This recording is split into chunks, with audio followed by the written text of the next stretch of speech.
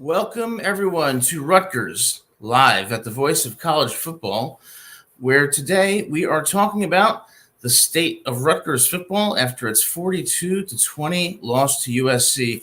We'll also be taking your calls, and if you like the show, hit that like and subscribe button. So, Rutgers, late game out in Los Angeles for us New Jersey natives, loses 42-20 to the USC Trojans to go to 4-4 on the season. So let's talk about the state of Rutgers football, and let's be honest. And Coach Schiano, we're hoping to get you on the show as soon as possible. We really have a lot of questions we need to ask you. So please feel free anytime to come on, give us some time, and talk to us about the state and the future of Rutgers football. So, Rutgers, traditionally not a great team, but begins the season 4-0 under Greg Schiano, who is in his second stint as the Rutgers head football coach. From 2001 to 2012, Schiano, starting in his fifth year in his first stint, led Rutgers to new heights and actually had them relevant in college football with some victories over over elite teams. Now he's in his second stint. And once again, in the fifth year in his second stint, Schiano started out good, 4-0. Rutgers begins by beating Howard 44-7, beats Virginia Tech at Virginia Tech 26-23, defeats Akron 49-17, and then scores a signature win over Washington in Piscataway 21-18. So Rutgers is 4-0. The future looks bright until they face Nebraska. In Lincoln, Nebraska, Rutgers loses 14-7 and squanders many opportunities, including a first and goal at the 2-yard line, fakes a field goal, doesn't go well, and misses a field goal, leaves points on the field, and loses a game that they should have won. Then in Piscataway the next week, Wisconsin. The Badgers come in and demolish Rutgers 42-7. Rutgers looked lifeless, physically dominated, and it was not even close from the start. And then the Bruins of UCLA come into Piscataway 1-5 and come away with the victory 35-32 over a Rutgers team that fought harder this time but simply could not get over the hump. And that score indicates that it was closer than it really was.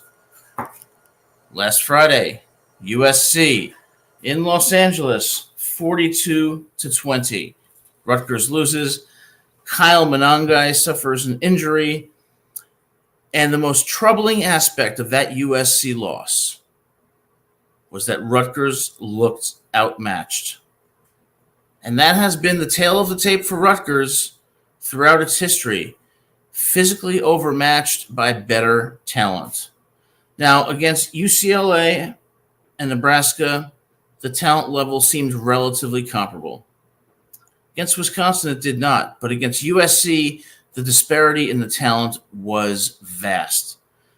Rutgers just didn't have the players. And that's the most disturbing aspect of that USC loss. I can handle a loss. I can even handle getting blown out by a team. But what I saw in that USC game is that USC was superior in talent at every level, and that Rutgers would never be able to compete against the USCs of the world unless they have better players. And when you have that kind of talent disparity, the future certainly doesn't look as bright as it once did. So where are we now at 4-4? And remember, this was a USC team that came into the game at the Coliseum 3-4, having lost to Minnesota, having lost to Michigan, a team that lost to Washington. Okay? So it wasn't like Rutgers was playing a USC team that was nationally relevant. And they still looked overmatched physically. And that is the problem with Rutgers football, and I'll just tell it like it is. Rutgers doesn't have the talent yet to compete with the big boys. They do not have the talent. And until they get the talent, as good of a coach as Schiano is, they will remain mediocre or worse.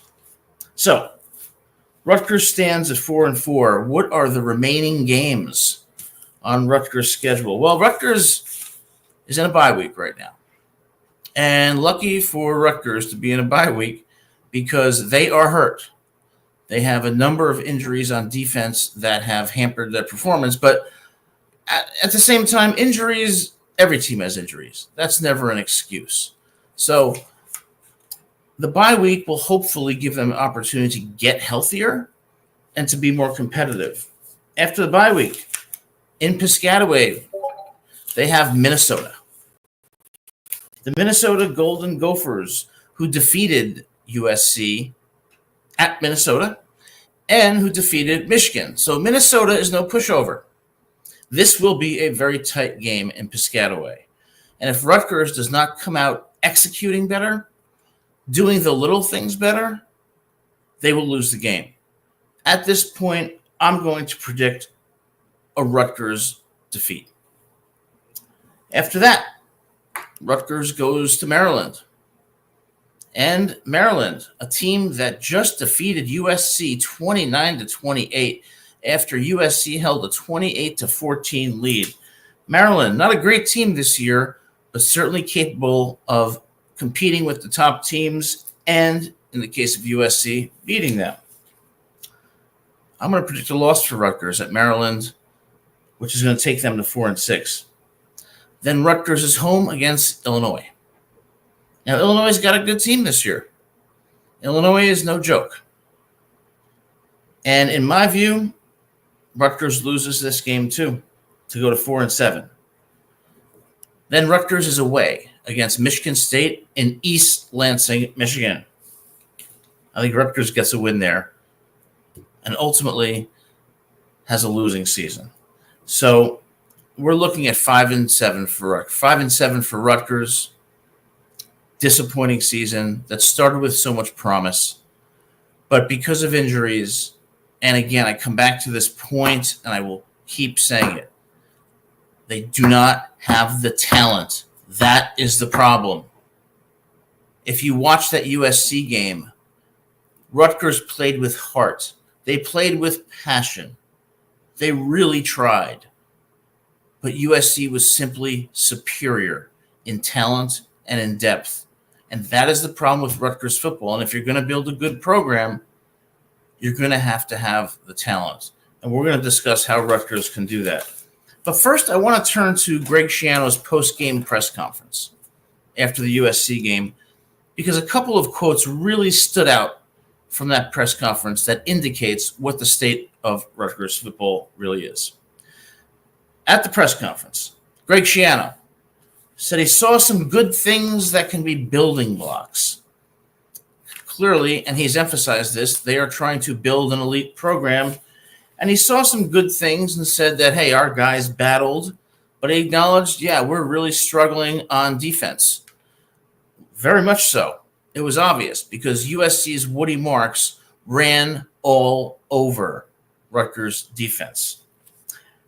And although Schiano said that he's seen things that he can build on, he said somehow we've gotten off track. Which prompted a reporter to say, well, do you think the program is going off the rails? Well, in response to Schiano's statement that somehow things have gotten off track, again, it comes back to the lack of talent. Sometimes things are not so complicated. Things have gotten off track because you have played better competition. You are not playing Akron. You are not playing Howard. You are now playing Wisconsin. You are now playing USC. And the single biggest reason for Rutgers' mediocrity is a lack of talent on both sides of the ball. And then Schiano made a quote that said something that was really, really telling. He said, when you build something, the beginning is easy. And indeed, it is. But the middle is really, really hard. And I'll repeat that. He said, when you build something, the beginning is easy, but the middle is really, really hard. I see a comment in the box about the Davis-Warren train. That refers to Michigan football. We're going to get some Big Ten news in just a few minutes after we finish with Rutgers. The Bill will win. Thanks for joining us. Great to see you as always.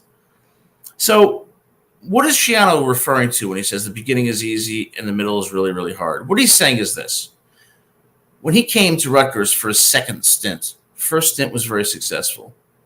But in each stint, the fifth year was the year that Schiano got the program on track. What he's saying is this. When you build a program, everybody's excited at first. Everybody's optimistic. Everybody wants to be part of this building a foundation for something great. But what happens when you build something from the ground up is that you hit adversity, and you hit adversity pretty quickly. And when that happens, the people that were so optimistic and excited to build your program fall off. They realize that it's going to be very, very difficult to build a great college program, for a college football program from the ground up. Okay? And that is the problem. You know, people are so attracted by being a part of something new that they want to believe is going to be special.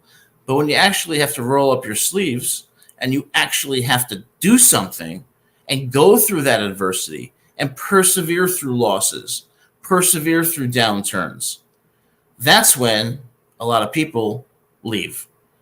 And I think Rutgers is having that problem where they're trying to navigate the middle. Because if they're going to get through the middle and break through that wall, okay, they're going to have to do a few things that I'm going to talk about in just a minute. Because the people who always begin with you in starting and in some type of project, whether it's building a school or a program, they always fall off when they realize, this is going to be really tough for a number of years before we get to the promised land. And that's where Rutgers is right now. So what does Rutgers need to do to get through the middle and come out on the other side as relevant in the Big Ten and relevant in college football? Well, let's talk about the elephant in the room. Number one, money and resources. We are living in a college football world now where name, image, and likeness rules the day. And players have a very different calculus in their head right now, a very different calculus about where they should go to school. And guess what that calculus is based on? It is based on money. So Rutgers needs to commit to being a top program. And to do that, they need the resources and the money to pay players, 4- and 5-star players, to come to Rutgers. How do you do that? Well, let's look at what Oregon, Ohio State, Georgia, Alabama, LSU, Tennessee, what are they paying their players? Find that out and then pay them 20 to 30% more. Buy these players. That's who's going to come to Rutgers. And that's how you're going to improve your talent pool. Number two, transfer portal. You got a lot of 4- and 5-star players that think they're going to go to Alabama, Georgia, Tennessee, and start right away, and they don't. And they don't like that. A lot of them are entitled players who have never been told no in their life. Those players who don't start at those schools, get them. Tell them you're going to come to Rutgers and you're going to start from day one. That's number two. Number three, culture. And this might be the most important one. Culture. You absolutely have to have a team culture where there is team chemistry, where everybody buys into Rutgers football and what it's trying to accomplish, where everybody does their job, where everybody makes the right choices and decisions every day to be the best they can be. You need to build a team. For example, last year, Michigan winning the national championship, that was a team. So it's a combination of culture and resources. And the last thing is results. What 4 or 5 stars are going to want to go to Rutgers when they're 5 and 7 or 6 and 6 and go into the Pinstripe Bowl or the Pretzel Bowl? Give me a break. So if Rutgers wants to get serious, and I know Coach Schiano does, if Rutgers wants to get serious about contending in the Big Ten, They got to get off their asses and put in the money. Number one, buy recruits. Number two, get into the portal and buy players. But it's not enough to have great players on your team. That's why number three, you need a true team and a culture that develops team chemistry, where people are sacrificing for the team, where they're not out for themselves, but are out for the team. As Bo Schembechler used to say, the team, the team, the team. And lastly, you've got to develop these players so they can go to the NFL, so that you can tell recruits, you're going to come here, you're going to make a lot of money, you're going to be part of a team and a great culture, and you're going to go to the NFL. You put that trifecta together, and you'll be on your way to being a successful program. Now, that is the case with Rutgers. And currently, Rutgers is ranked number 27 in recruiting rankings. Number 27. 4 4-star players, 23 3-stars. That's good. Not good enough. I'll repeat, good, but not good enough. The formula that I just laid out is what Rutgers has to adopt if they want to be committed to being a contender in the Big Ten and in college football. So, before I get to Rutgers' 2025 schedule, we've got a call from Duriel, so I'm going to add him to the stage. Duriel, great to see you. Good to see you, Adam. How you doing? How's it going? It's going good. It's going good. I'm sorry for your program being in shambles, but I know what it's like since my program's also in shambles right now. The only thing I'll tell you is you better just hope you go 6-6, go to a bowl game, and be able to sell recruits that at least you're going bowling consistently, because it means something. I know it doesn't mean everything to the high elite talents, but I'm sure to the 2- and 1-star players out there in the world, and 3-star players, that there's like 3,000 of them, it means something to some of those players. Yeah, it's funny. I start a Rutgers show, and then Rutgers goes in the tank. So it's an interesting position that I find myself in. But what do you think that Rutgers – do you agree with me that Rutgers just needs to buy these players to be relevant and ultimately get into the portal and buy them? You think that would work? Absolutely. This kind of all goes back to your conversation you had yesterday against Jeffrey, which was a great conversation. Right. Rutgers recruiting nationally, you look at and you think, wow, they're doing really good. And I know what it's like, because Kentucky's 20th in recruiting for the 20. They finished 20th in the 24 class. But if you look at your conference and who you're playing, and if everybody's ahead of you, it doesn't really matter, because you're not comparing yourselves against teams that are worse than you. You're only comparing against teams that are better than you. Yeah. So it's going to result in the win-loss department, and you're going to have more L's than W's.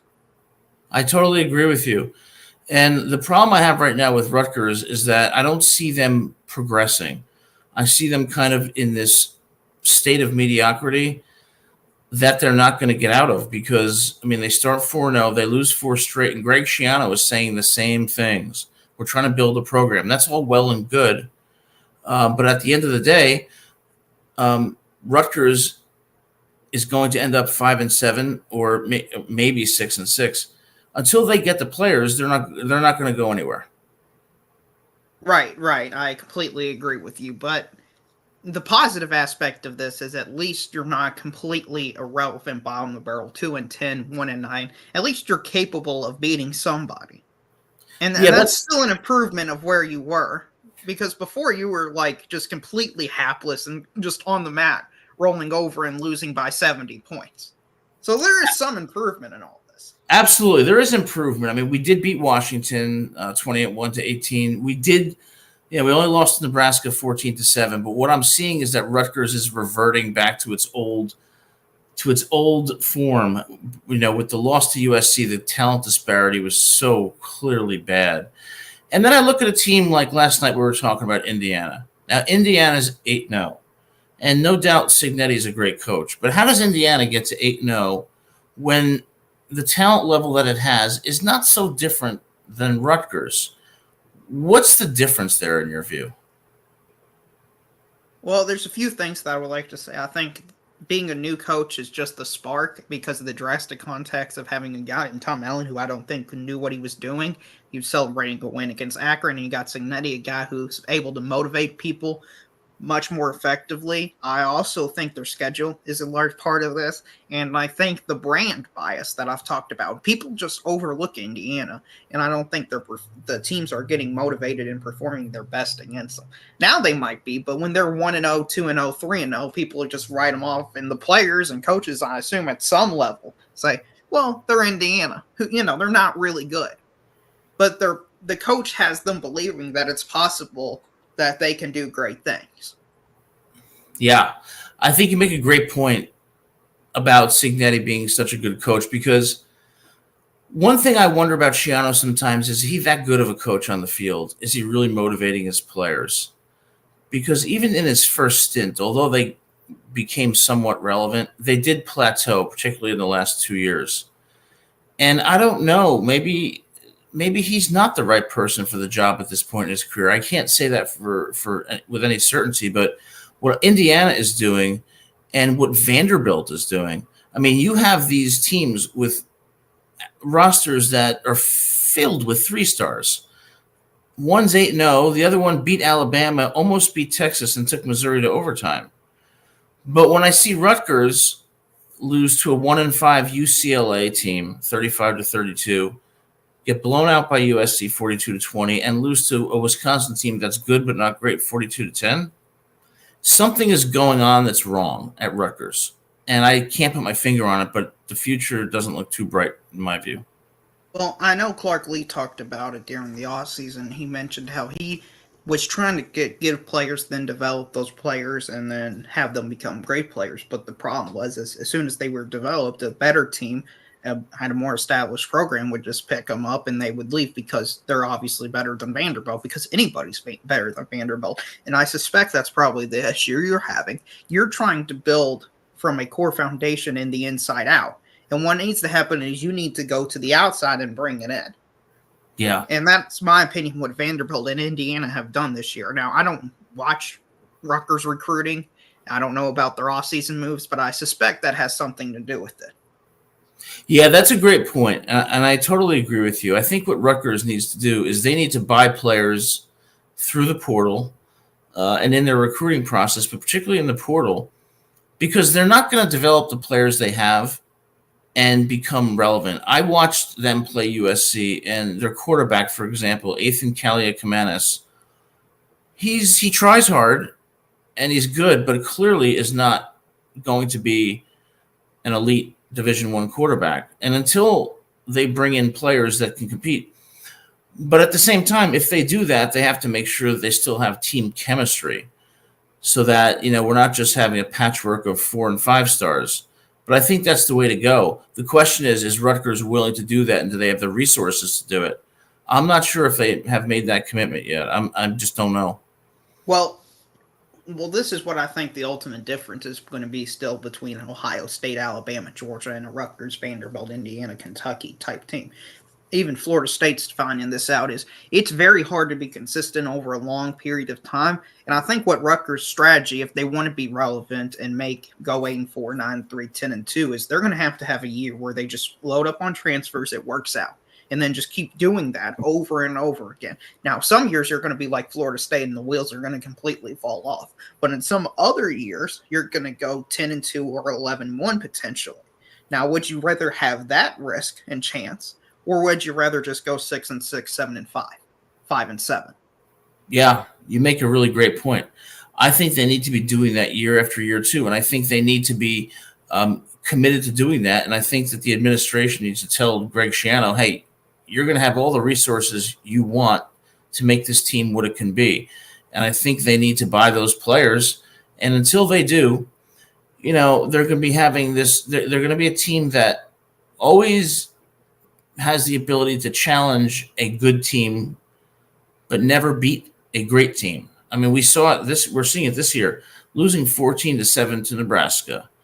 Okay, going to USC and getting blown out, losing to UCLA at home 35-32. So, yeah, they can be competitive, but can they be victorious? No. And until they do that, and it reminds me, like when I look at a team like Kentucky, for example, Kentucky's roster is probably superior to Rutgers, but the way that Kentucky played Ole Miss this year, the way that Kentucky played Georgia was very impressive.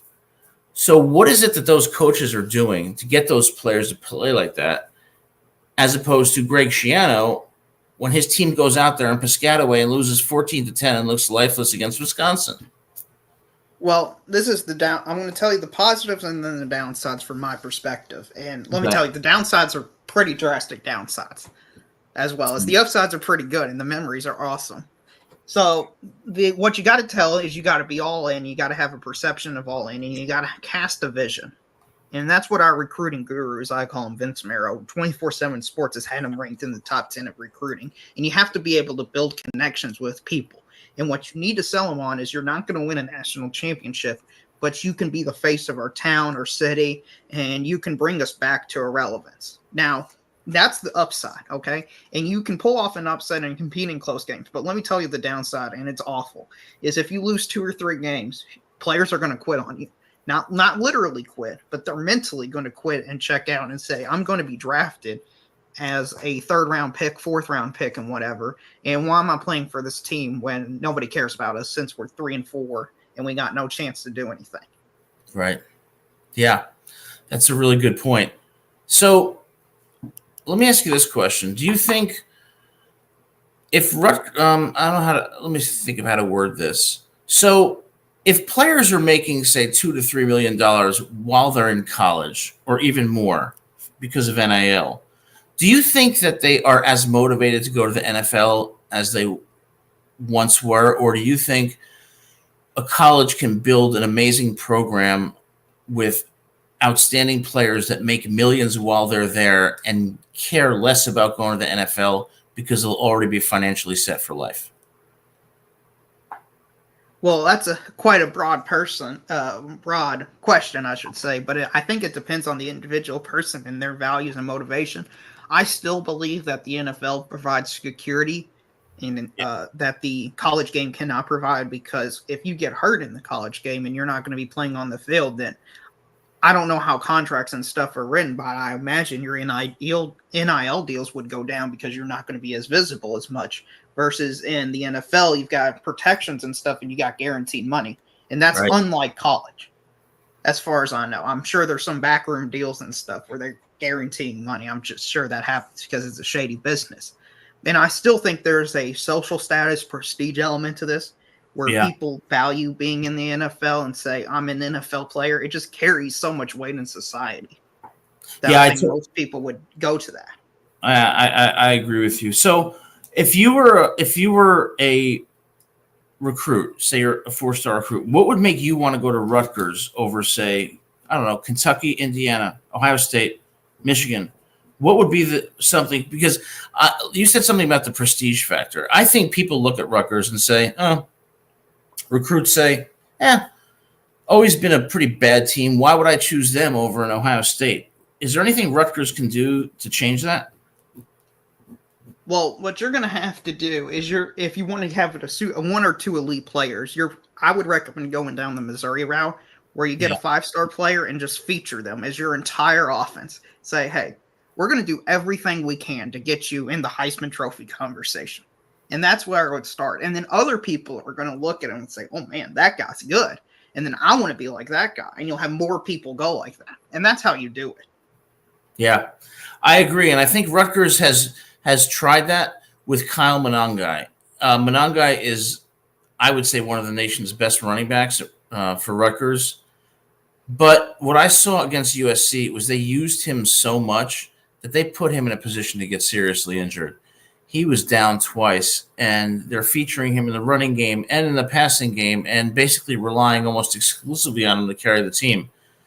And so he does bring a lot of attention to Rutgers, but I don't think he's enough. I think they need to get more 5-stars and, like you said, feature them. What do you think about the SEC this year? Who do you think is going to come out on top? Well, as of right now, it's kind of strange to say, but I think Texas A&M Texas is the most likely SEC championship game, which I didn't think I'd be saying that at the beginning of the year, but Texas A&M's probably going to end up finishing 7-1 with the loss to Texas, and Texas has an easy path as well Texas A&M being their hardest game on the schedule, and I think Georgia, Tennessee, LSU kind of just get boxed out. Yeah. Well, I'm gonna actually, before I end the show, I've got my own rankings of the top teams in the country, and I will give a preview of that by saying, at this point, I think it's Georgia, because Georgia has gotten healthy and is back to that old school Georgia defense. But can you explain to me exactly what happened on Saturday with LSU and A&M? Garrett Nussmeier all of a sudden decided to throw the ball to the other team. It was ridiculous. What the hell happened in that second half? Well, LSU imploded, and Texas A&M went to a running quarterback, and it was pretty obvious to me that the film session, the preparation wasn't there. And to me, this game wasn't lost on the football field. It was lost in the prep room throughout the entire week because they just flatly didn't prepare for the backup quarterback, and he was able to introduce a new wrinkle into the offense and made Texas A&M's offense more dynamic. And Texas A&M hasn't had a dynamic offense in years.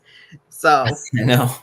I mean, Elko's doing a very good job, and it seemed like you're right. They made those halftime adjustments, and then LSU looked completely lost and completely outcoached. And Nussmeier looked like a deer in headlights out there.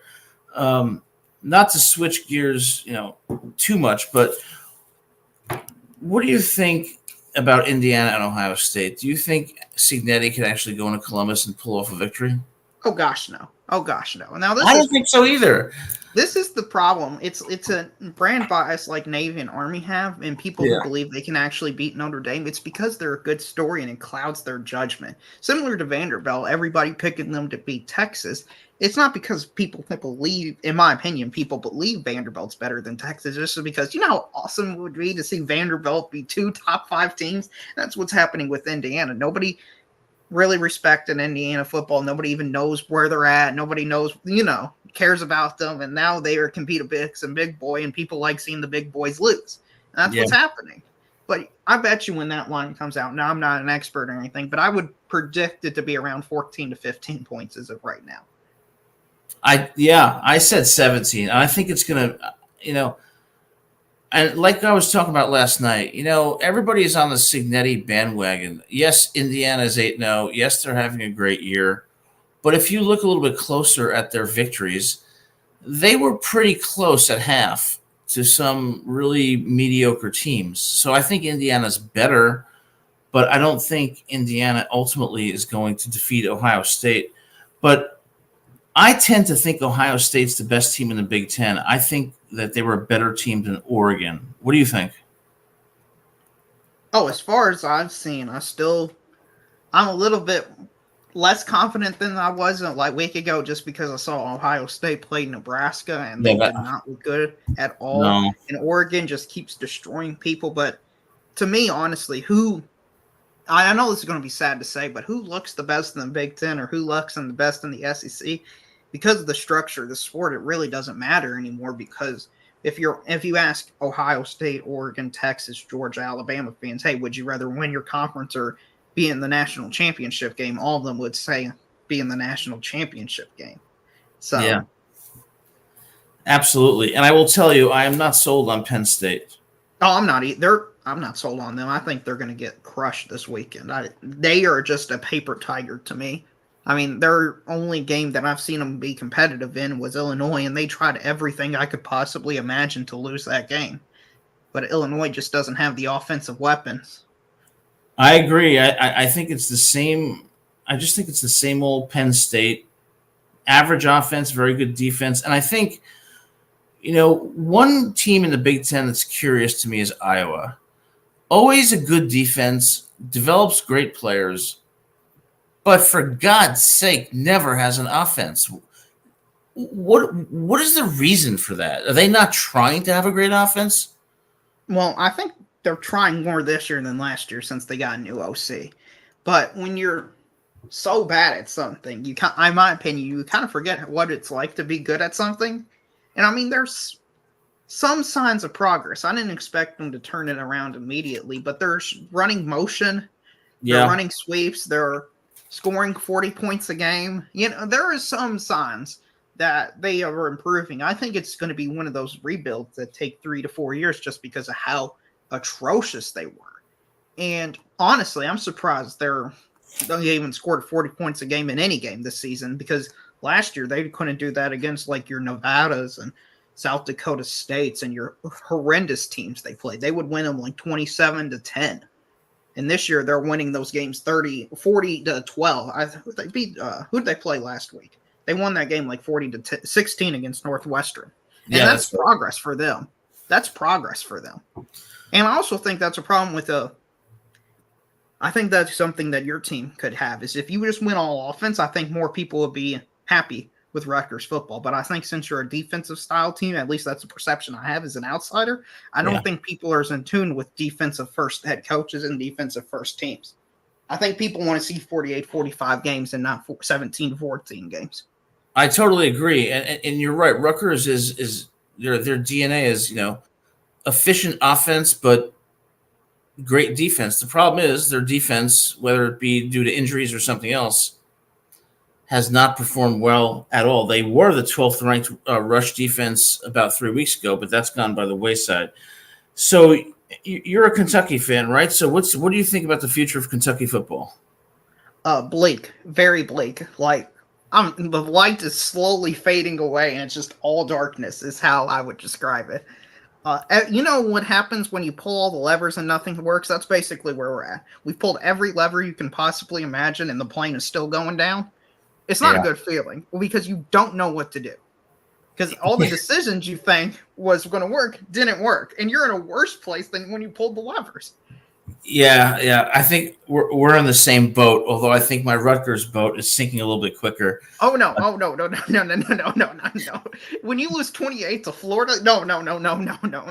Yeah. Oh gosh, I hear you. We lost to Vanderbilt. We lost to Auburn. We lose to teams that try to lose, like teams that actively try to lose football games. We lose to those type of teams.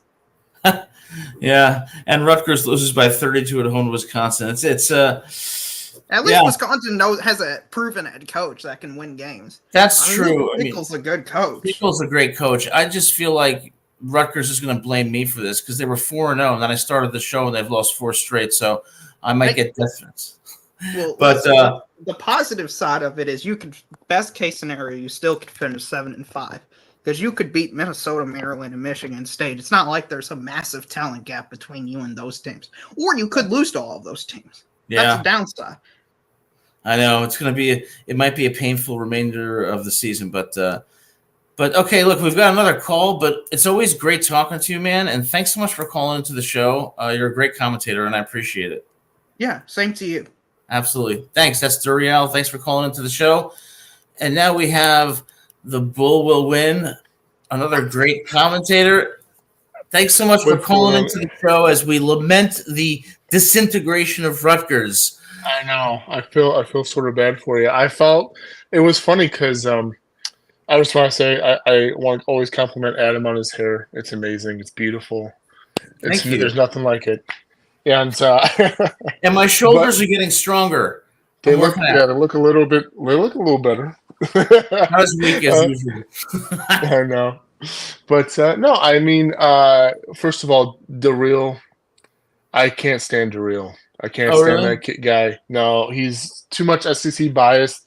I don't know if you saw some of the shows last year that Mark was hosting. Darrell gave Michigan a 1.11000% chance of winning every game going into the playoffs, during the playoffs, the championship. It was so we give him all the shit. We give Darrell all the shit for his extreme SEC bias. But no, I think for Rutgers and everything, I feel sort of bad for Greg Schiano because I think that's why I went to Tampa Bay, right? Because especially during that time during Tampa Bay, they needed like a culture shock, and they knew Greg Schiano. And it is weird because I think NFL is obviously very different to college. College, you definitely have to be very much you have to develop the culture, be a CEO, make good decisions, right? And the NFL sees that, like, okay, well, we need culture because that's huge in the NFL. Culture is everything. You look at the Lions. I mean, Dan Campbell turned 360 that thing. So I think culture is huge, and I think Shiano definitely is a culture guy. Yeah. Just sadly, he's in this era of football that it's it's sort of like, would Urban Meyer still be good in this era? And some people close to him have said no. They don't think he can make it because you coach players hard, they leave. They're gone. They're out. They're like, dude, I can just go play for Syracuse or anyone else and make good draft stock and dip, bro. Like, I don't need this crap, right? So I think Greg Schiano's definitely the guy for culture. But yeah, in today's day and age, you need donors. You need money. Technically, you guys got one of our guys, right? You got his name's Kamara Archie, right? Yeah. Wanted that guy. We need a linebacker because Brian Gianveri over here, dude, ain't doing shit. Yeah. But we're hoping on Fob for all intents and purposes. Boateng, like that guy. So Kamara Archie looked good, right? And you guys took him. So my thing is, you can still, especially over there on the East Coast, I think your only competition over there is Penn State that soaks up a lot of East Coasters, right? Yep, absolutely. They soak up a lot of East Coasters, and so does Notre Dame, right? I think that is something that Midwest still has good 4-star recruits, even some 5 stars. That's something where you just got to know where to look and how to find them. Seems like Penn State and Notre Dame usually soaks up a lot of Northeast guys, if anything, because they're the only 2 good schools, I think, up here, per se. Yeah. So there's talent, I think, and I think that's part of it is you got to offer the kids like, yo, we'll play you. We ain't got nothing else, so we'll play you, especially if you're really good and you live close by. Far for mom and pop to come see you and everything. So that's huge. Great points. I mean, one thing I know about Rutgers is they recruit from a lot of schools in New Jersey. One of them is the high school I went to, Bergen Catholic. They recruit from Don Bosco Prep. Those are really, really good schools, but nationally, they would not be considered anywhere near an IMG, a Mater Dei. Yeah. So they're getting a lot of good 3 stars. But, one of your comments reminds me like of my childhood. When I grew up back in the 80s, man, I would do a few things. I would go to watch WWF matches at the Brendan Byrne Arena in New Jersey. And I would watch Miss Elizabeth and Randy Savage, Hulk Hogan. It was a great time. And I played sports. And my coaches were old school, tough as hell. And you didn't get out of line, and they brought out the best in you. But these days, if you do that with some of these snowflakes, like you said, they'll leave. So why would you even want to be a coach in this environment? It's something where, but see so that's part of it is you have to look for those correct players. I think Michigan does a very good job of that. Yeah. I think they want very, very much physical, blue collar type of players that are going to go hard through the whistle no matter what. Now I understand that's on the recruits to show that they can do that day in and day out, right? They want to showcase their abilities and stuff. I totally understand that. But, there's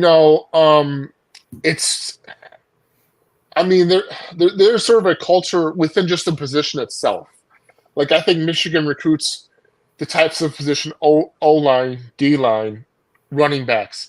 We don't do very well with the high-end items, right? The quarterbacks, wide receivers and stuff, because those are a little different. Those are a little hard to get, mainly based on the system as well as money and how you coach them, right? That's, it's different. Obviously, Ohio State does really well there, so, and the results show. But yes, they do. Yeah, and the results show that, I feel like. And Columbus is a great town. Yeah, but no, as a coach, I think it's very hard to get the most out of your players. But I think that's on you to find those players where you can push them, right? Like, hey, we're going to coach you hard because pressure makes diamonds, right? So I think that's what these kids have to really see and know. Especially in this area, you need some type of money to buy some type of players. Yeah. Hopefully these players are willing to get coached a little bit hard, if not at least be showcased. I do see Jareel's point there on the showcasement of certain players because at least they're I think that's what a lot of countries try to do, especially with the high-end recruits. Let's just go with 5 stars. You gotta play those guys. If they don't play, it's very rare that they'll come to your school. Even Georgia, especially in this day and age. Let's be straight up. There's only so many 5 stars every season. Right. I forget how many is. There's over 25, 30 players, something like that. Nonetheless, those players are expected to play. And even some 4 high stars, sometimes they are expected to play. And if they don't play, well, they're out. So, and that's sadly the So here's the thing. Good news is I think Greg Schiano can turn around. Bad news is, because I was thinking as Doyle was talking, you got to now recruit your own players every year. Because let's be honest, you could be. Let's just say I feel bad for some of y'all. Let's just say you guys become the Maryland Barham situation. Okay, Barham, 5-star recruit, goes to Maryland, plays linebacker, does great, realizes this team ain't going nowhere. Like Loxley ain't it. So I was like, I'm in the transfer portal. Boom, Michigan swoops him, picks him up. Okay, that's huge. That could be you. That could be Kamar Archie in 2 years, right? You get a great 4-star recruit. He's playing freshman year, sophomore year. He's doing pretty damn well. And then he looks around and is like, dude, what am I doing here? Like, what am I playing for? Are people going to see me? Maybe not. You on the Big Ten, that helps. But sometimes the smaller schools are just going to feed the top schools. Yeah, sadly. Absolutely. It's funny because one of the highlights of my life was when I got to actually ask Nick Saban a question. And my question for Saban was, how do you identify athletes with the intangibles that are going to succeed at a place like Alabama? And he was like, well, you talk to them and you see what their habits are. You ask them a set of questions and you determine how have they acted in the past. And he gave this answer that was very impressive. But I guess my point is, it's those intangibles that really separate the good from the great. And like you said, finding those players is so critical. I'm a teacher, and I thank God every day that I have the students I have. Oh, because God bless you, bro. That's hard. They're cool people. They're smart. They work hard. But I sometimes I think, what if I had students who were entitled and lazy, and oh my God, I'd go nuts. And that's what I think a lot of coaches are facing. Yeah. No, I agree. I think that's something where, how far, how hard can you push somebody, right? And people that want to be great, that want to get pushed, right? Obviously, I think that's what you're trying to look for in an athlete.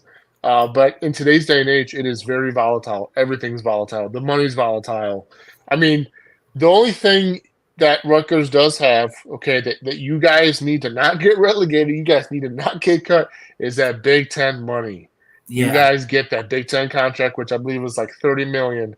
So you better use it for player retention, my man. Just to have a salary for these players to even just keep them, because everyone's going to be poaching them. Because you got to think about at Rutgers and let's just say Syracuse and all of the lower tier schools, they're going to play as many players as they can, And if they're high 4 stars, we're going to play you.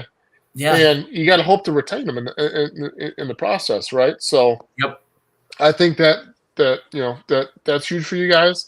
I know. I watched the show Menace to Sports, and Chris Drew at the beginning of the year had y'all as the dark horse to possibly get to the Big Ten championship based on the games you were playing. But it looks like that's not the case. Sometimes, but based on the scores you were giving me, you guys seem like you had a fighting chance in these games. You're not totally getting destroyed. It seems like you're only losing by a small amount. I think that's huge. I think Joel Klatt said something like that on the broadcast. Like sometimes you go from you got to win big, and then you got to learn how to win small. Yeah, and if you're losing small, that's also I think a good sign. Yeah, I agree with you. And as always, man, great comments. I just you get this feeling in games like with Rutgers and UCLA that they're close, especially against Nebraska, but they're not going to break through. And I think that's what Rutgers needs to do. They need they need not only great players, but like you said, player retention, and they need a culture that players are going to want to play in, and that's going to create a team that breaks through that wall. Because unless that happens, and I think it all comes down to money, but it also comes down to culture, and I think you can have both. But I still lament the not living in the 1980s anymore. When I lament the old school culture, Piper's Pit.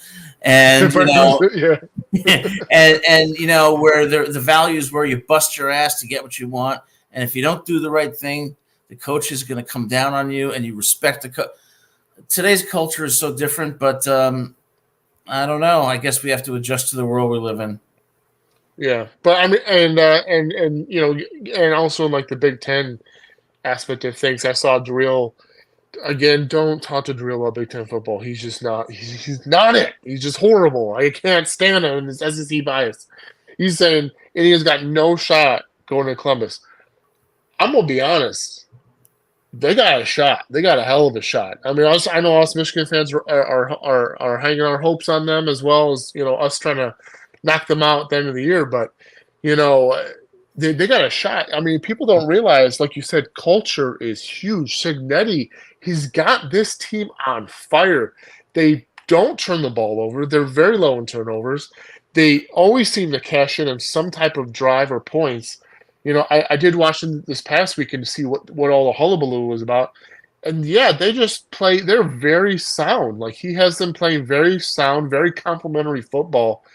And maybe at some point, yeah, they hit that talent wall, right? Where it's like, you get dunked on by Ohio State, or you get dunked on by Oregon, or whoever.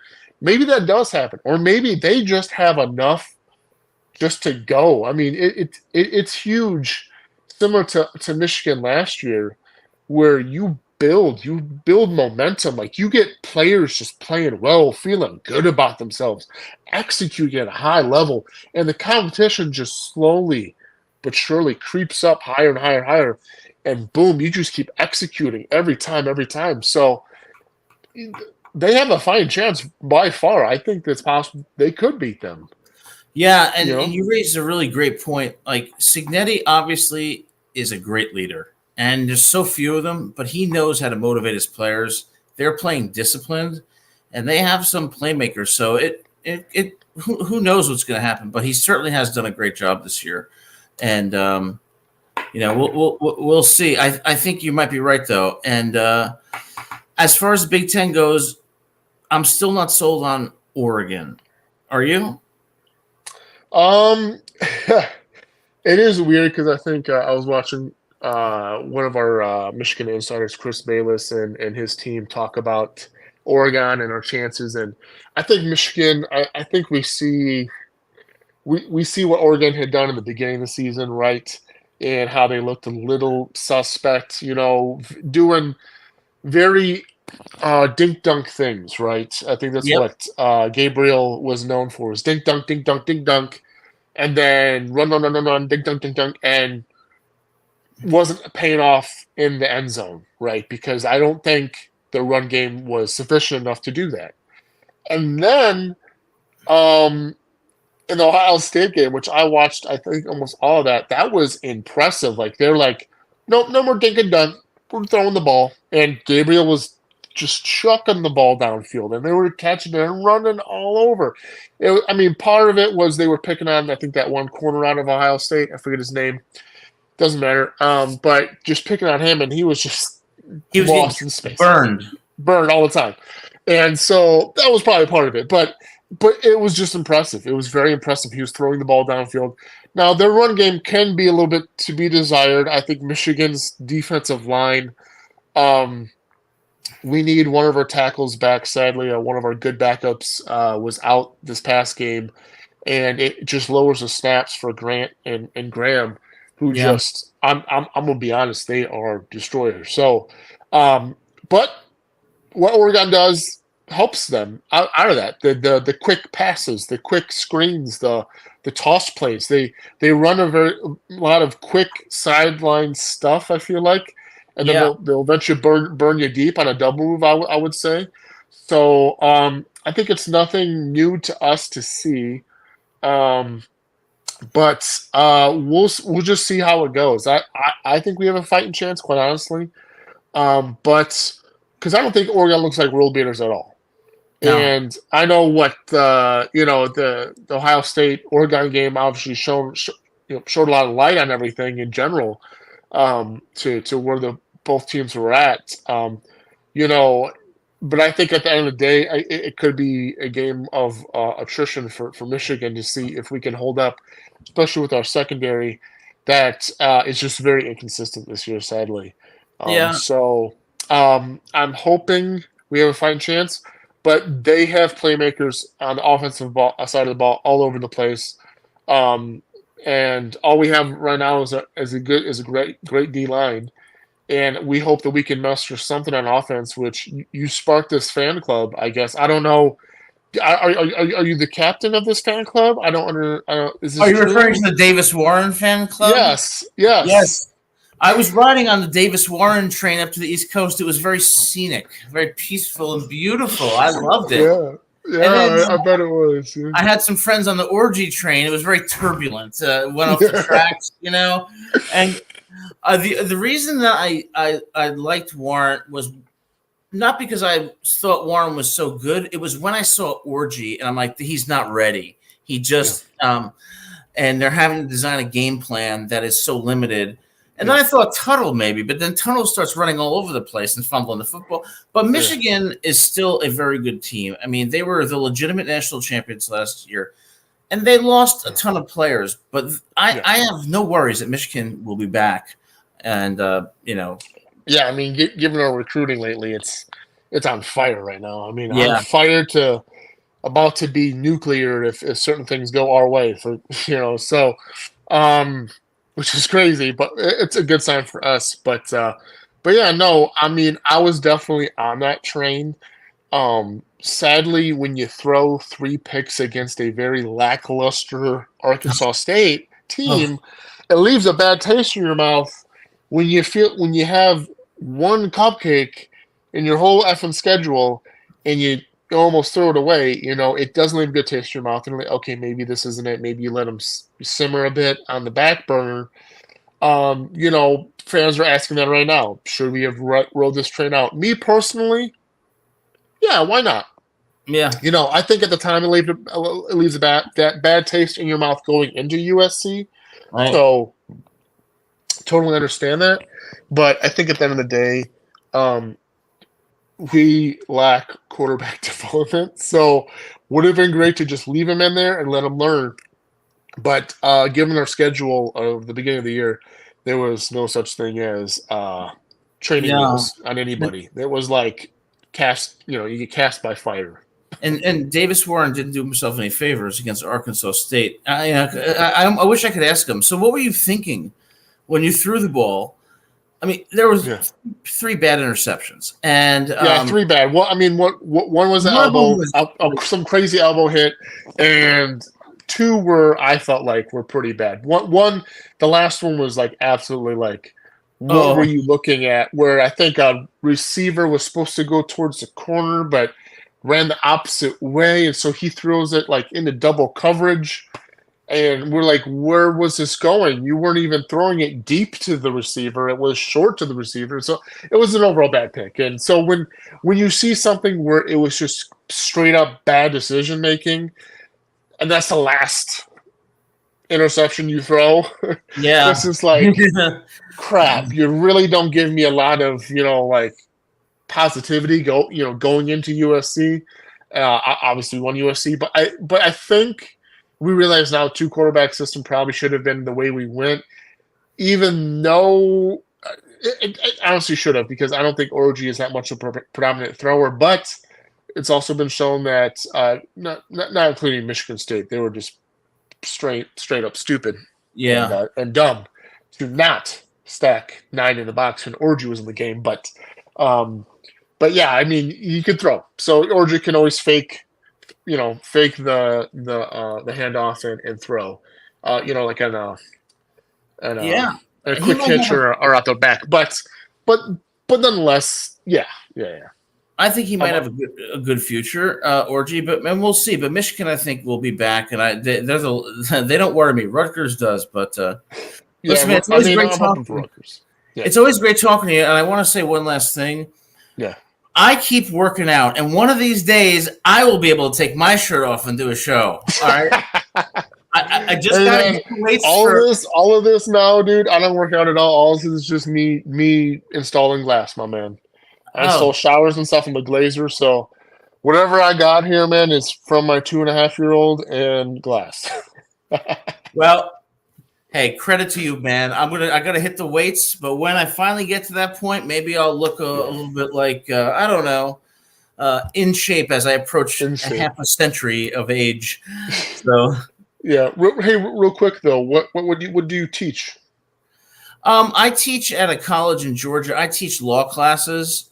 Wow. Constitutional law, and criminal law. And I feel so lucky because I have students who are smart and work hard. They're like really old school, and it makes my job, it's just so much easier and so much more fun. I can't imagine if I was a football coach and I had players like, you don't start me, I'll fucking leave. Oh, great. I remember Piper's Pit with Jimmy Snuka with the coconut? I'd be like, you know what? Boom, that's it. Get out. But like, so much stress, and I'm glad I don't have to deal with that. I consider myself lucky, but I'm not happy that I'm going to be 50 years old soon. That's not cool.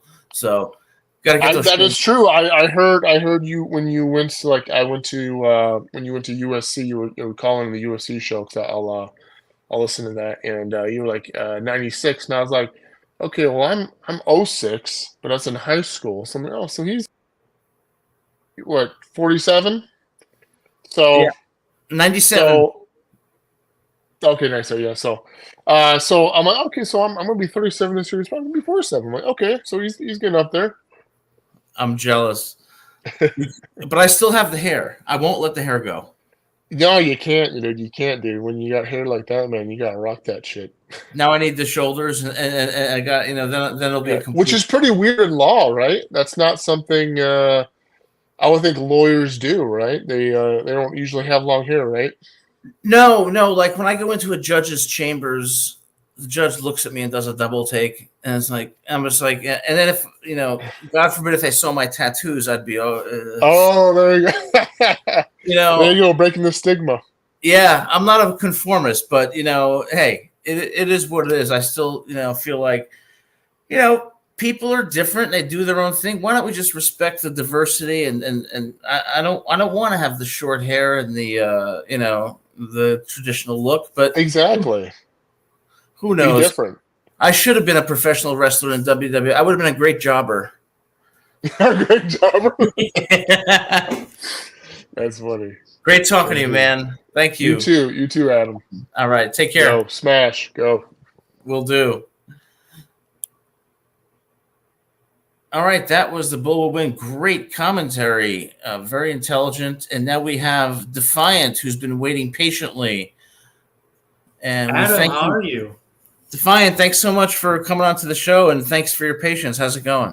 It's going pretty good. No, I'm excited. I'm happy that Rutgers has their own show. As an Indiana fan, I know how bottom feeders are in the conference. Yeah. Just gotta say one thing though. That Saturday I'll be watching WWE Crown Jewel. Just want to throw that out there. Awesome. The product's doing pretty good. But yeah, I wanted to talk a little bit about the culture of Rutgers. Sure. As a as a fan of Schiano, I wasn't able enough to watch him at Rutgers the first time, and watching him now is kind of interesting to see where he kind of built this program from Chris Ash, all those years, 1-11, 2-10. I know the pain, I know the suffering that you must have went through. I'm sorry for bringing it up, Vietnam. That's okay. Okay. I think what Schiano needs to do is kind of what Signetti has done. He says, Purdue sucks, Ohio State sucks, Michigan sucks. He's building that, we can beat these teams, even though we have the worst record in all Power 4, we can still beat these teams on the field. And I think if Schiano says, well, Penn State sucks, Ohio State sucks, I can build, a program that's like, yeah, we get a talent, we can at least be competitive, maybe beat them once in a while. We're not going to be world beaters, but I think definitely that culture needs to be changed. And Schiano's going to be the one that needs to do that. Yeah, no, I agree with you. I mean, during his first stint at Rutgers, he was the only coach, I think, in history who turned it around to a point where we were competing with the top 10, 15 teams and were relevant in college football. He started to do that again this year. And ironically, in his fifth year, in his second stint, he turned it around the same way he did in his first stint. It was his fifth year in his first stint that he turned it around. Then I started this show and they lost 4 straight. So maybe it's my fault. But do you think that, like, when you talk about Indiana, for example, do you think that Indiana is a more attractive school than Rutgers? Because when you think of Indiana, you think, this is a traditionally, I mean, they've got so much history with basketball. Bloomington is a great city. The campus is beautiful. And you look at Rutgers and say, why would I want to go to Rutgers over in Indiana? So what can Schiano do to get people to want to go there? Well, I do want to say, as a younger fan of college football, been watching this for the past 10 years and everything. I think the reason why Indiana is more attractive is I think because, it's a nice city, first of all. And then you have, again, the basketball history that kind of brings in the football revenue a little bit, kind of ups the value. I know Signetti is making, like $4 million. Yeah. Most of that's coming from the basketball. So I think what Schiano needs to do is just kind of promote Rutgers as, an Indiana type of school. Yeah. Again, we're not going to be, undefeated every year, but hey, we can at least be, competitive. And if you come to our school, we can, win 8 games, 9 games, I'll get you to the NFL. I know that's what mostly these guys want to go to nowadays, They don't care about, winning, the Pop-Tarts Bowl or, the Guaranteed Rate Bowl. They want to go NFL. So I think if Schiano can, get some guys to NFL more and then prove on the field that, they can, again, win 8 games, 9 games, be competitive, I think he'll definitely have a program there. I know it's a tougher conference than what the Big East used to be, but still, he can do it. Yeah, I think you're exactly right. I think they have to, be able to have the resources to attract 4 and 5 stars and pay them the money in this NIL era. But I also think they have to develop and put people in the NFL and have results on the field that make recruits say, hey, if I go there, I'm going to make comparable money to any other school that's recruiting me. We're going to have a decent team, and I'm going to go to the NFL and get developed. But I just wonder if Rutgers is going to get there, because this is Schiano. I saw an interview with Schiano where he said this was his last coaching stint, that he was going to retire after Rutgers. And I don't know how long he's going to stay there. I wonder if there's a point at which he's going to be like, you know what? I'm almost 60. This is too much for me. I hope that doesn't happen, but it worries me. And I think Schiano will make that decision. I don't think the university would fire him with all the things he did in that first stint. Yeah. So I think, Schiano's going to be the one that makes the decision for himself. And he's going to see where the program used to be and where the program's at now. Let's make a change. And I know, again, Schiano's going to be one of those guys that respects the program and respects himself and doesn't want the program to, to carry on where it could be at. Yeah, I totally agree with you. Question for you. Do you think Signetti should stay at Indiana and really build up his reputation, or do you think he should leave for, say, Michigan came calling? What would you do? I would want to win in Indiana, first of all. I would want to build this team to something it hasn't been since 1967 or in the 60s in general. I mean, the money he's getting could be a reason why he leaves, but I think, again, you're making $4 million a year compared to, another coach. And I think, again, he came from James Madison, and I know before that he came from Elon, so he built programs that haven't been really that good besides James Madison. Right. So I really do think he's going to at least stay for maybe 3 to 4 years. I don't see him being a one and done, even if Michigan calls him, because, again, the state of the program in Michigan, you really have no quarterback right now. Yeah. Indiana, they just had a visit last couple of weeks with 4 or 5 star recruits. So I think he definitely wants to win with those guys on the field first before he decides to leave. Yeah, I agree with you. And also, like, the way I see it is, like, Signetti has Indiana right now. He has such great fan support, such great administration support. Everybody believes in him because he's done an amazing job. Why start over somewhere else where you're going to have so much pressure if you lose 1 or 2 games? Why not take what you have and build on it in a culture that you own and that you're secure in? You know what I'm saying? Yeah, and again, this is his first season in the Power 4. Like, he's been an FCS coach for the last, 10 couple years. I know you coached Division II. So why would you want to leave after your first season in Power 4? This could be a one-hit wonder. Really, I think a year or two could decide what he actually does. Because again, this could be a one-hit wonder, and I don't want this to be like TCU. I don't want us to go slowly start declining like TCU has. And again, I know TCU is in the Big 12, different resources, different location, but yeah, I'm just worried at that point too. I want to see how he does next year against a team like Oregon or whatever, because this season we have a pretty soft schedule. Yeah, I just sense that unlike TCU and Sonny Dykes, I have a feeling that Indiana's going to be able to recruit and sustain their success because what they're building with this coach is really something special. And, when a team like Indiana is good, that makes college football that much more exciting. And it's exciting to be part of a program that is building itself and challenging the traditional powers. I felt like with TCU, they had a senior-laden team that when they lost those seniors, they were going to go back to, being who they are now. I don't necessarily see that with Indiana and a coach like Signetti. Oh, I definitely agree with that. But again, I just, college football can change next year. This sport's changing every single day. So really, me saying, yeah, Indiana may not be like TCU could change in the next couple of months, when they start 4-5 or 5-4 and the hype is over. But I really don't see it right now. But, eventually we'll go back to being old Indiana once he leaves, making a bowl game once in a while, 6-7, 7-6, nothing like this season so far. Yeah, well, this season's it's gonna be very interesting when they go to Columbus. What are your thoughts about Columbus? I think we could keep it close. I think Ohio State is just better than us right now. Again, with the talent they have, give us a year or two before we start getting that talent, make it more competitive. We might beat them then. But I think we'll keep it 14 points. Nothing too crazy. I don't think we're gonna get blown out. Yeah, I thought that my initial thought was Ohio State would win by 17, but the more and more I'm thinking about it, and the more and more I'm looking at Indiana's team, and the more and more I see Ohio State, particularly after Nebraska, they could go in there and you never know. A victory is not impossible for Indiana, and it's going to be a great game. I can't wait for it, really. And, I lived 4 years in Indiana, so the Hoosiers – always rooting for them. So we'll see. Yeah, out of my whole family, I'm the only Hoosiers fan, and then my dad's a Notre Dame fan, so is my uncle, and then my mom's a Miami fan. So it's a very interesting dynamic.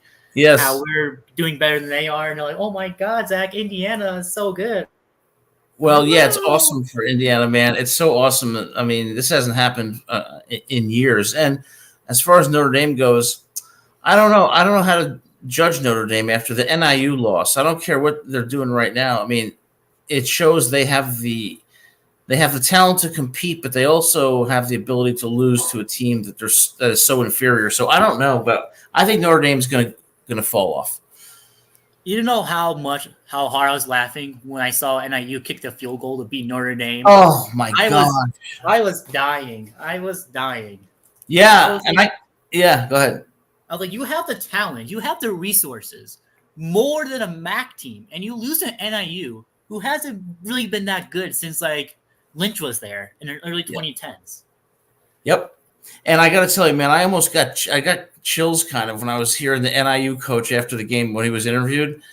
It was like the happiest moment in his life, and I was just like, man, you went into Notre Dame and you beat them in South Bend, and there's no excuse for that for Notre Dame. I do think, though, that one team that people aren't talking enough about is Clemson. I think Clemson has that kind of defense that can stop almost any team.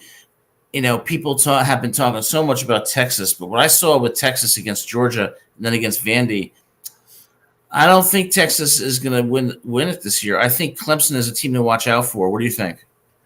I think it's a two-horse race. It's Oregon and Georgia, the two favorites right now. Yeah. Then you have your next couple, Clemson, Miami, maybe a Penn State, or some of these other Big Ten and SEC schools. Right. Then you have everybody else. Everybody else is like Notre Dame and SMU, Pittsburgh, Boise State. So I really think it's going to come down to two teams. It's Oregon and Georgia. They have looked, decent. I'm not saying they're the best teams in, this season, but I think they have been some of the competitive, more, better, I guess, but not in a sense that they could beat anybody, but they just beat the competition he's supposed to beat. Yeah, no, good point. And when I watched Georgia, Alabama, one of the things that no one really talked about is that in that game, Georgia was not healthy. Their defense was really banged up. They've gotten healthy, and the way they shut down Texas was, to me, right now I think Georgia's the best team in the country. But we'll see. Like I said, when I started this show, Rutgers was 4-0, and now they're 4-4 since I started it. And my predictions are often wrong, but I think Georgia is going to be right now is the top team in the country. But who knows what's going to happen? I can't wait for the playoffs. It's going to be exciting. And listen, man, always great talking to you. Thanks for your great comments, and please call in again. I will, Adam. I will. Thank you. All right. Thank you. All right. Great talking to Defiant and everyone who's called in today. Durial, the Bull will win. Defiant, thank you for calling in and your intelligent, comments, great conversations. And that brings me to the last segment of this show, which I'm going to give my Big Ten rankings and the top 12 national rankings, which I'm sure people will disagree with, but everybody has an opinion, and I will share mine for you to consider. Big Ten right now. Top team in the Big Ten. Ohio State. Yes, Ohio State lost to Oregon. Ohio State should have beaten Oregon. Will Howard slide 1 second earlier, kick the field goal, but it was in Outson Stadium at night with a raucous crowd. If you've ever been to Outson, it's one of the loudest places in the country. They didn't play their best game, but I do believe they're more talented than the Ducks. Number 2, Oregon. Dylan Gabriel, Oregon. Very talented team. I'm not sold on them yet, though. I want to see Oregon win a game on the road against a very good team. They've beaten some good teams on the road, but I want to see them beat a very good team like Georgia when they went into Austin and beat Texas. So I'm not sold on Oregon yet. Yes, they're an excellent team, but are they the best in the Big Ten? I don't think so. Number 3, you cannot deny it. Cignetti, Indiana, the Hoosiers. Now, I'm not saying that Cignetti is the next great coach, next Nick Saban, but he's showing signs that he certainly may become that. 8-0 with a roster that is not comparable to a Georgia or an Alabama. Able to motivate his players. They play disciplined. Make no mistakes. Indiana is for real. Number 3. Number 4, Happy Valley, Penn State. Now, as far as you Penn State fans go with all the whiteout or whatever it is you call it, calm down. It's the same old Penn State. You have a physical and fast defense, but you have a mediocre offense. Until that changes, you are not going above number 4. And I predict that you will lose very, very soon to a team that, well, let's leave it at that. Number 5, Champaign, Illinois. The Fighting Illini, having what I believe is a surprisingly good season. A talented team, and sits at number 5. Number 6, our good friend Luke Fickell in Wisconsin. Looked terrible against Alabama when they were absolutely blown out, but they have rebounded 42-10 over Rutgers and consistently looking improved week to week. Wisconsin, number 6. Number 7, Ann Arbor, the Wolverines of Michigan. Now, let's be clear about this. Michigan won the national title last year with one of the best teams, in my opinion, in the last 20 years. And a defense that reminded me of the Baltimore Ravens Super Bowl defense. And Jesse Minter, what a great defensive coordinator. They lost a lot of players. Give me a break. They're obviously not going to go through some transition.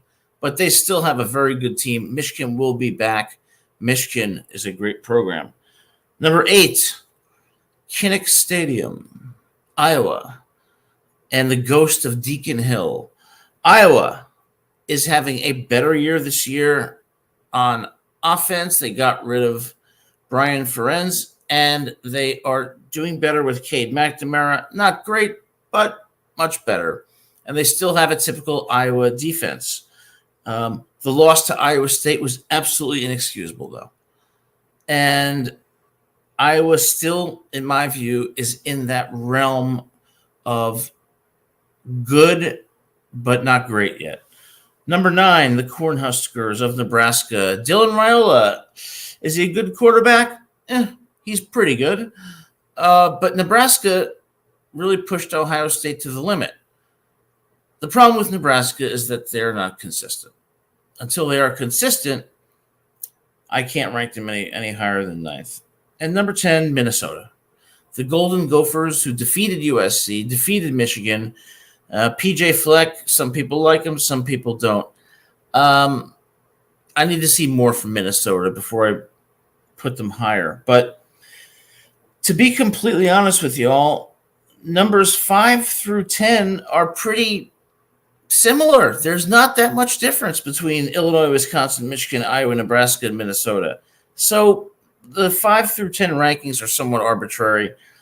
And even Penn State, I would put in a higher category than 5 through 10, but I would not put them in the category of Ohio State and Oregon, who I think are the 2 elite teams. And I think Ohio State will win the conference. And will they win the national championship? I think that Ohio State will face Georgia in the national title game and lose. That's my prediction at this point. Now, we have a 12-team playoff this year. 12-team playoff. Who are the top 12? You see the AP rankings, blah.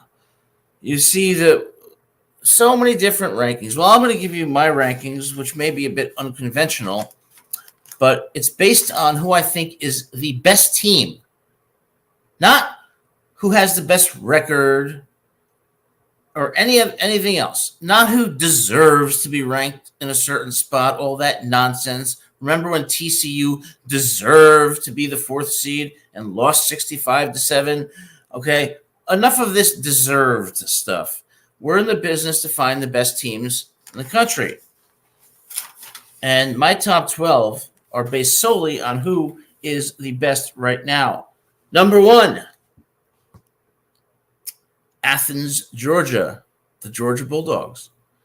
If you watch that game against Texas, okay, the Bulldogs went to DKR in Austin at night and absolutely eviscerated the Texas Longhorns. Steve Sarkisian's game plan had no chance against that defense, which now that it's healthier and ultimately will be fully healthy, looked very daunting. Georgia is the number 1 team in the country. Number 2, Ohio State. I know Ohio State lost 32-31 to Oregon and Outson, but I don't think there's any other team in the country on that night that could have gone into Outson and won the game. Ohio State was seconds away, 1 second away from kicking a game-winning field goal when Will Howard slid just a tad too late. But Ohio State has a defense, a very, very good defense. And Will Howard has played very good football. The question is Ohio State's offensive line going to hold up? I think they will. I think Ohio State will be in the national championship game against Georgia. Number 3, the Oregon Ducks. Oregon is a very, very good team. They have skill players. Dylan Gabriel is very talented, and Oregon has a defense. So based on what they've accomplished thus far, there's no justification for putting them any lower than 3. Number 4, and here's the controversial pick that will drive people crazy. Well, I'm not important enough to drive anyone crazy, but number 4, Clemson. Everybody is sleeping on the Clemson Tigers and Dabo Swinney. Well, watch out. Look at their front seven. They are tough. They are improving. Look at the Georgia game. You could look at the final score and say that Georgia blew them out, but look at that first half. Clemson's defense was stifling, and they are getting even better. Watch out for Clemson. They will go deep into the playoffs. Number 5, Quinn Ewers and the Texas Longhorns. They're a good team, but Georgia exposed them as an inferior team. They had no answer for Georgia's physicality and scheme. Glenn Schumann did a fantastic job with that defense, but Texas still has Quinn Ewers. They still have skill players like Isaiah Bond, and they do have a very good defense. Texas is still in the mix. Number 6, Penn State. Penn State is number 6 for now. They will probably not remain number 6. Now, this is no critique of Drew Aller. Drew Aller is not a bad coach. I'm sorry, not a bad quarterback. James Franklin is not a bad coach. But their offense is not elite enough to compete for a national title. They will lose 1 or 2 games. They will probably make the playoffs, and they will exit quickly. Number 7, Miami. Cam Ward, Heisman candidate. My question about Miami is, does Miami have the defense? Do they have the defense to compete for a national championship? My answer to that question right now is no. Number 8, we go back to the great state of Indiana. Cignetti and the Hoosiers. 8-0. Very disciplined. No mistakes. Good skill players. Good quarterback. Legit defense. Indiana's for real. Watch out for Indiana. Number 9, Tennessee. Tennessee defeats Alabama in Knoxville. Problem with Tennessee is, although they have a very good defense and some very good skill players and a great running back, their quarterback is young. He's a freshman. He makes mistakes. And that will be the reason why Tennessee ultimately falls short of a national championship. Number 10, South Bend, Indiana. Notre Dame. Notre Dame has probably one of the best defenses that they've had in years. They do have skill players. But they lost to Northern Illinois. How could you do that? And they lost to Northern Illinois in South Bend. How ridiculous.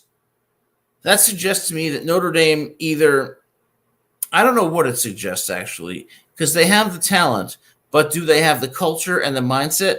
Because no team would lose to Northern Illinois at home when the talent disparity is so vast. Number 10, Notre Dame. Number 11, what do they call it? The 12th man. Kyle Field, Texas A&M. Anybody who likes college football will watch as Texas A&M destroyed, demolished, disintegrated LSU in the second half as Garrett Nussmeier threw 3 interceptions, 3 terrible interceptions, looked like a deer in headlights, and LSU literally vaporized at Kyle Field in the second half. Elko has done a great job. Texas A&M is relevant. They're number 11. And number 12, this was a very difficult choice, but we're going to go to the state of Utah and BYU. Now, I'm not talking about 1984 BYU. I'm talking about 2024 BYU. BYU is good. BYU will not contend for the national championship, but if we have to pick a number 12 team, it was between BYU and Ohio State and Iowa State. And at this point, I'm going with BYU. With that, we have one more caller. We have Ryan on the line here. Ryan, I believe, has called in previously. Ryan, welcome to the show. How's it going? What's on your mind? Good. I was watching, and I decided to call in and kind of discuss your rankings you just gave out. And I know you were discussing Indiana previously, but I wanted to kind of get your take on how much it will affect Indiana that, their quarterback has been hurt. I think it's going to affect Indiana. It depends on how long he's going to be out. I think if he's out against Ohio State, they will lose the game. And I think that, however, Indiana is a team. Indiana has a legit defense. They have legit skill players. They're very disciplined. They don't make mistakes. So I think the effect of the quarterback being out, it will have some effect, but it's not going to necessarily have the effect, such a substantial effect on the team, such as when J.J. McCarthy left and Michigan was stuck with Alex Orji, Davis Warren, and Jack Tuttle. So my answer is it will not be catastrophic, but it will have some impact that if he's not playing against Ohio State could be the difference in the game. Yeah, and also, I mean, y'all have been, Rutgers 0-4 last 4 games. Looking honestly completely outmatched in every single one except maybe UCLA. The discipline is gone. I mean, you go to LA Friday night and kept it competitive for maybe 15 minutes. Yeah. And then just fell apart. And I don't know what's going on with the team. It seems that they don't know, they just don't care. Or if, just Schiano's just not getting through to him. If Schiano's lost his edge. But you go out and you bring back a guy in Greg Schiano who has had success at Rutgers in the past. But now you look at guys like Signetti, who are first-year head coach, Mike Elko at A&M. Kalen DeBoer, I don't know how much of a shot Rutgers would have had at getting him, but you look at these first-year coaches who are at programs like that, and especially Signetti. I mean, Rutgers and Indiana probably were on par last year. Agreed. And what he's been able to do at Indiana, and then what Schiano's kind of done, and how much does that have to hurt? Yeah, it does hurt. When I started this show 4 weeks ago, we were 4-0. Now, since I've started the show, it's 4 straight losses. Maybe I'm a jinx, but I'll tell you raised some really good questions. And that's why, Coach Schiano, we're going to need you to come on to this show sooner rather than later. Okay, because we have questions. We have been devoted Rutgers fans and emotionally invested in Rutgers football for years, through all of the downturns and through the limited upturns. Coach, we're asking for 15 minutes. About time you come on to the show. You know our number. Give us a call. We're going to have you on any day of the week for 15 minutes to answer the question that's questions that Ryan is rightfully raising. And we look forward to hearing from you. So, the thing you raised about Rutgers is a point I made earlier in the show. Against USC, they looked like they did not have the talent to compete. Georgia plays Texas. Alabama plays Georgia. LSU plays A&M. There's similar talent level on the field. Rutgers did not look like they belonged, and that is a problem. And that's why I'm saying they need to buy players, hit the transfer portal, buy those players, develop them, put people in the NFL, and have a respectable record so people want to go there. But right now, as a New Jersey native, I can say that the Garden State is not happy. And Coach, we continue to wait for you to come on the show, and we're gonna need you to come on so that you can help us understand why we should continue to have faith in Rutgers football. Yeah, I mean, it's looking, to put it mildly, very bleak. You're very senior heavy team this year. Yeah. And I mean, I don't have it pulled up immediately in front of me, but as the season progresses, it's looking more and more like that recruiting class. Yeah, and the hold up. Yeah. Well, we're ranked 27 right now in recruiting. We've got 4 4-stars and 23 3-stars. That's similar to like in Iowa. Iowa is known for its development and is known for taking 3-stars and making them into fairly elite players. Rutgers doesn't have that track record, but how many of those players are going to want to go to Rutgers if they lose their remaining games against teams that are rather mediocre? I don't know. I don't know what the answer to that is. But at the end of the day, Greg Schiano is a great coach, and he's at a crossroads. He said this is his last stint at Rutgers and his last stint as a coach. So will he get Rutgers to take the next step? He needs the resources. He needs the players. Whether he gets them, that's a question I want to ask him when he comes on this show. So let me ask you a question, Ryan. I think you said you were from Georgia. Yeah, I mean, looking at it right now, y'all are on point. Yeah. Yeah, we're 27th in recruiting. We were 21. But I think when you called last time, you said you were a Bulldogs fan. My opinion is that Georgia's the best team in the country because their defense is healthy.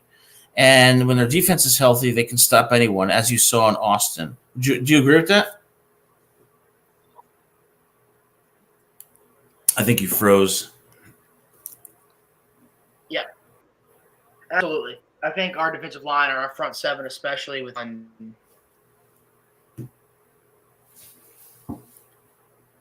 our that better? Yeah, it's all right. Other people have frozen in the past, so just take your time. How's that? Good. Okay.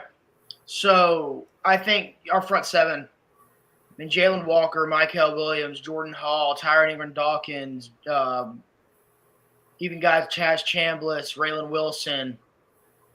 I mean, they're fast, they're big, they're physical. Yeah. I mean, even our corners, Dalen Everett had a pick, forced fumble. KJ Bolden played very good. Malachi Starks might be the best safety in the country. Yeah. And so our offense has to be competent. Okay. So Jalen Walker is an absolute stud. Yes. Malachi Starks is a stud. You guys have studs on defense, but I want to know why the hell Carson Beck keeps throwing interceptions. Well, so most of them, I'll say this. So some of his interceptions there, I think 2 against Bama and 1 against Texas were more or less on the receivers. Okay. I know on 1 against Bama, Arian Smith just kept running. Yeah, I saw that. I don't know if he just got confused or the play wasn't ran right or what, but the way that play set up, it looked like it was supposed to be a screen to him because you had Delt blocking. And Carson Beck threw to where Arian Smith should have been, and Arian Smith wasn't there. You could argue about the one against Texas with the whole throwing trash in the field, and you can argue that however you want. I really still haven't figured out whose fault that was. If Carson Beck thought Arian Smith was going to break outside, or Arian Smith thought that Carson Beck was going to throw him inside, I don't know. Yeah. But also, I think it comes from not having a great relationship with the receivers. I mean, you lose guys like Marcus Rosemy, Jack Saint, Lad McConkey, Brock Bowers. I mean, for a different reason, but Rod Thomas is no longer with the team. Yeah. So you've essentially got Arian Smith and Dominic Lovett are essentially the only 2 drill starters in the receiver corps that have come back. Right. And then you just lost your 6'5" receiver to some legal issues with Colby Young, and there's just no coherent unit. I mean, London Humphreys has been injured. Yeah. Oscar Dell's been underwhelming. And so it's just kind of an issue that's plagued Georgia for a while, where we don't have a lot of great receivers. We have a few good ones, but no one's standing out. Yeah, no, I agree with that. I think Lovett has kind of emerged. I think Delp is somewhat inconsistent, but I'm glad that you're a Georgia fan because I've always had a question about Brock Bowers and Lad McConkey. Now, Brock Bowers is a tight end, probably runs no better than a 4.6 40, but for some reason he was always open no matter what. And Lad McConkey is not exactly going to run a 4.3, but this guy's always open. Yeah. How is it that they scheme them open so easily? Well, Brock he's just a freak. If you look at the stats, he probably should have been a 3-time Mackey Award winner. He was a 2-time Mackey Award winner. I mean, I think he might be the first player in history to win in back-to-back years. And so I don't think it mattered who you put on him because he's too big for corners. Yep.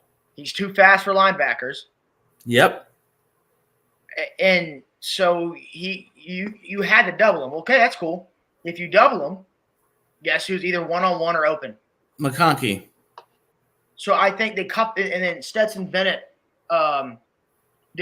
especially does such a good job of being able to move around in the pocket, move around behind the line of scrimmage, and give those guys time to get open. Ladd McConkey yesterday just had had the best game of his career. Yeah. And unbelievable. So starting to see now that, and this kid was a 3-star whose only scholarship offer, he had 2. One was to an FCS school, the other one was to Vanderbilt. Unbelievable. And you know, yeah. And Georgia just kind of called him up and said, "Hey man, you want to walk? You want to give you a PWO spot?" Yeah, and you know what? The audience needs to hear this. So you have Ladd McConkey, who's a 3-star, who's getting an offer from an academic school, Vandy, which is more of a baseball school. What's going on at Georgia? And there's only 2 words that explain that. Kirby Smart. Yeah. If you look on audience, go on YouTube. Look at Kirby Smart's halftime speeches. Look at how he acts after games. He knows how to motivate people to want to run through a fucking brick wall. And that is a coach. And I think that what he's doing at Georgia this year makes him a candidate for Coach of the Year because he had a lot of injuries, but he has in an NIL era when people transfer, when people are not loyal to their team, this guy has kept a team together that is coming together at the right time. And in my view, in the SEC championship, is going to demolish whoever is in that game, whether it be A&M or whether it be, I don't think it will be Alabama, but whatever team it is, and you see in the SEC, Missouri loses 34-0. LSU implodes against A&M. Texas is demolished by Georgia. Vanderbilt has a close game against Ball State 2 weeks ago where they only win 24-14. But you see Georgia coming on, and I think Georgia will make the Ducks unable to quack, and I think that they will take Ohio State in a close game. I think they will defeat Ohio State. So Georgia right now, in my opinion, is at the top of the mountain, Ryan. Yeah, and I agree. And a Vanderbilt team that lost by 3 to Texas. That's right. That's right. And I'm not sure who looked better there. Vanderbilt? I think Vanderbilt came out looking better than Texas did. Oh, for sure. Yeah. And Quinn Ewers, in my opinion, his stock has dropped. The problem is when Quinn Ewers got benched against Georgia, Arch Manning came in and was worse. Yeah, well, Georgia, I think that game just completely outcoached and out-schemed. You've got 2 guys who, Steve Sarkisian and Kirby Smart, are both from the Saban tree. Yeah. And you look at the only coach, I believe, who's beat Kirby Smart more than once is Nick Saban. That's correct. So you look at that, and it's, well, the one guy who has been able to beat Kirby more than once is no longer coaching, and the guy who beat Kirby this year was the guy who inherited his team. Yeah, I think that Athens, Georgia is going to be having a celebration in January. It's Georgia's year. Yeah. Well, listen, I really appreciate the call. Please call in again. You always make good calls. And although I'm an Alabama fan too and a USC fan, I got to give credit where credit's due, and that goes to the Georgia Bulldogs. Yeah, I agree. Thanks, Ryan. I appreciate it. Thank you. Take care. All right, that was Ryan calling into the show. He's called in a couple of times, always great comments, and we appreciate his intelligent commentary. So that's going to end our show for today.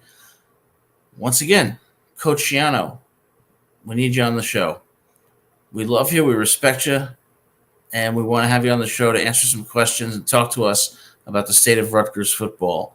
If you like this show, please hit the like and subscribe buttons, and we will see you on next Monday at 7 p.m.